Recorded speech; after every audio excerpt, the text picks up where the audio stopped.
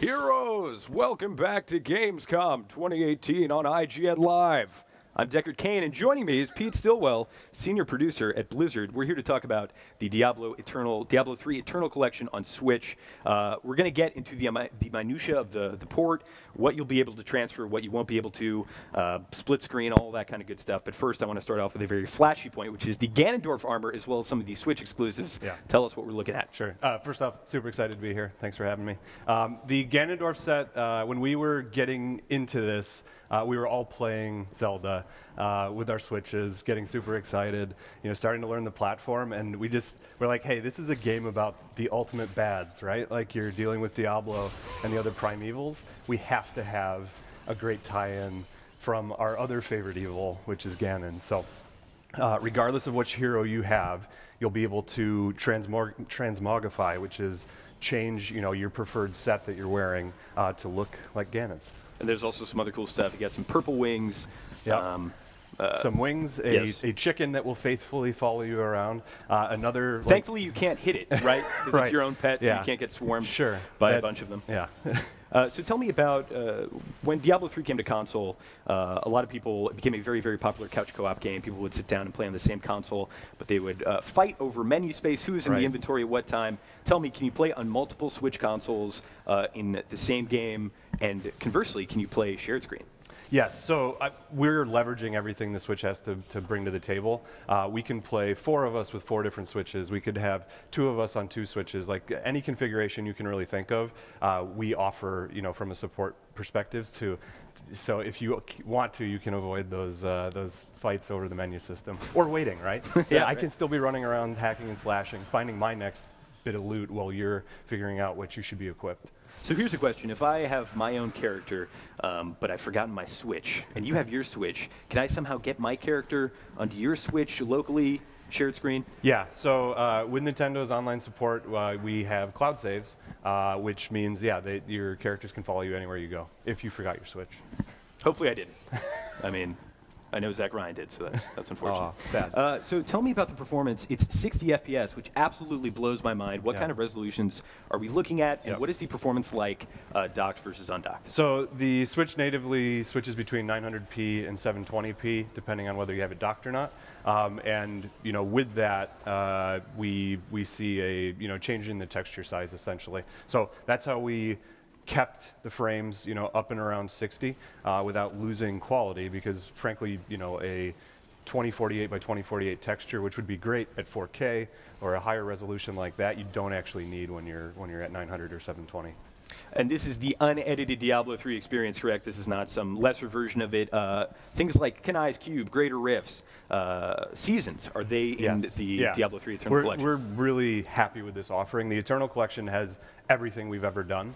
So starting with the base game, moving into the expansion with Reaper of Souls, everything that the Necro brought, and as you were pointing out, the things along the way, whether it's Greater Rifts, the adventure system, Kanai's Cube, they're all there. So you're losing nothing. The seasons will also have parity. So as you join in, you'll be in lockstep with the other seasons that are going on between PC and consoles. This is a weird question for me to ask, because Diablo 2 Lord of Destruction was one of the first games that I ever played. I was 10 or 11 years old. But for folks who have never experienced anything Diablo, Nintendo hardcore fans, what is Diablo? So I think it's a classic story of good and evil. The realm of Sanctuary was created by a union of demon and angel. So it's a place of contention. It's a place where in your day-to-day life you are encountering demons and angels, and they drop loot for you. That's the most important part. This is about the loot explosion.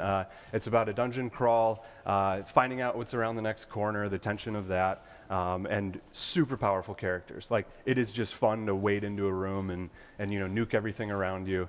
And it's great to play with others. I think that's one of the fundamentals of Blizzard games, is that we have shared experience and we enjoy playing with each other. And the dungeons are more challenging if you have more people in your party. So you kind of have to rise to the occasion together.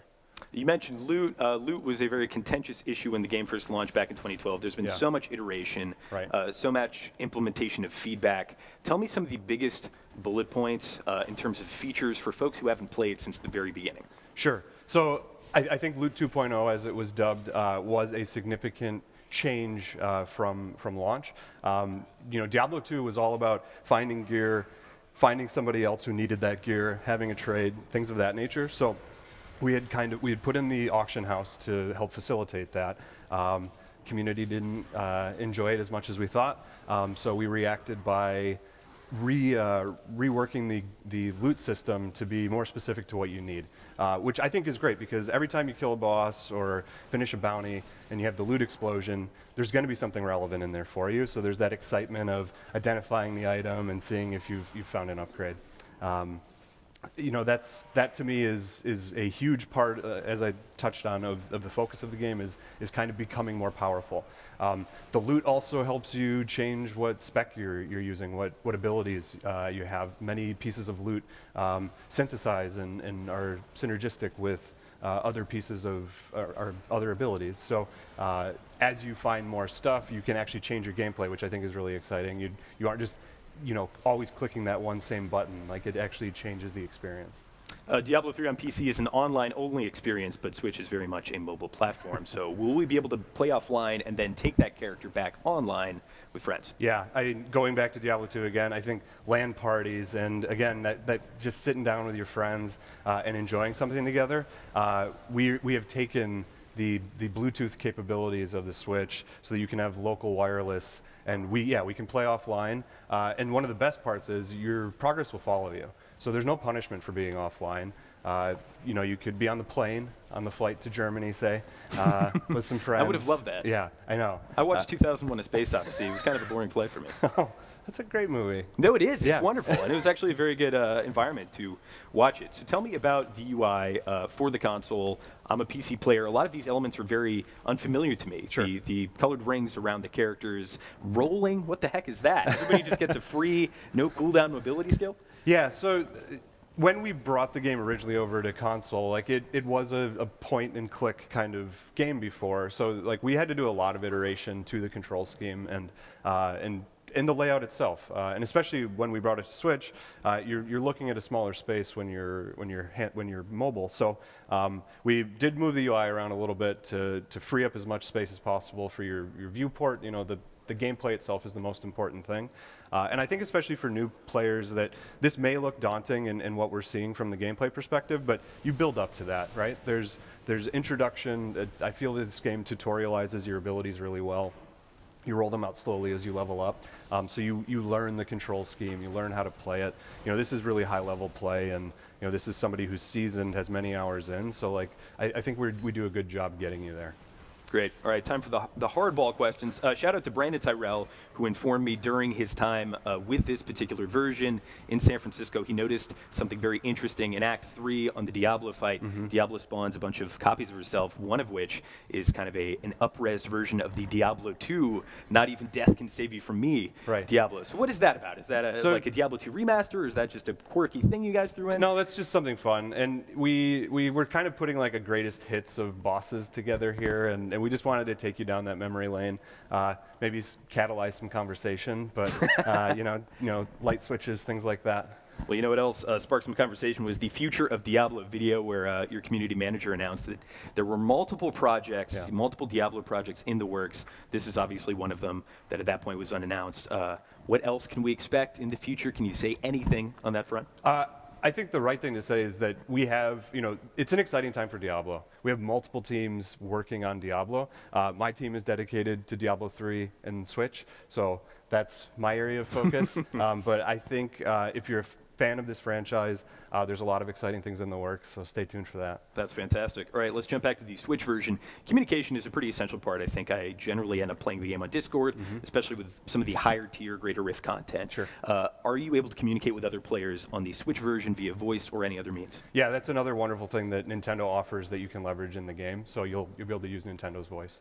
Yeah. Great, fantastic. Yeah. Seasons, specifically, we're at season 14. There's quite a lot, and for those at home who don't know what seasons are, they're essentially kind of this revamp, this ability for you to start fresh and get some exclusive gear. Are we starting on season 14 in the Switch version, or how does that work? Yeah, so We have a lot of plans for seasons. We did Season of Greed last season, and there was really positive sentiment around it. So we want to keep doing more and be additive to seasons. We think they are like the most fun from an engagement loop perspective. Like you said, it's kind of each season you pick a new character, you unlock some cool new gear, and we want to have parity there. So you'll be in lockstep Season 1, and move forward with everybody else.